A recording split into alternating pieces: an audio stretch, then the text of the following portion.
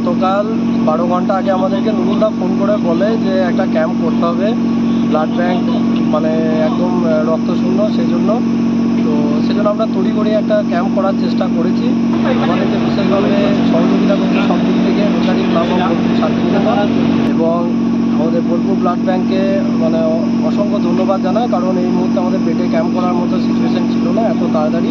তাই ব্লাডের যে মানে আমাদের মোবাইল ভ্যান সেটিকে অ্যারেঞ্জ করে দেওয়ার জন্য বোলপুর ব্লাড ব্যাংকে ব্লাড ব্যাংক তাতে রক্ত শূন্য প্রায়, আপনার ভূমিকা কি এই নিয়ে?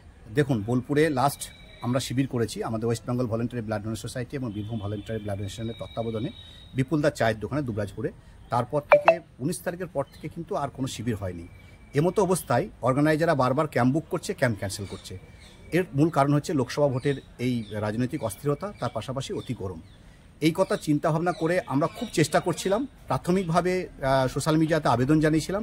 এই পরিস্থিতিতে হঠাৎ করে জানতে পারলাম 12 ঘন্টা আগে যে একটা শিবির বুক করা শিবির বাসের 3 তারিখে ক্যান্সেল হয়েছে।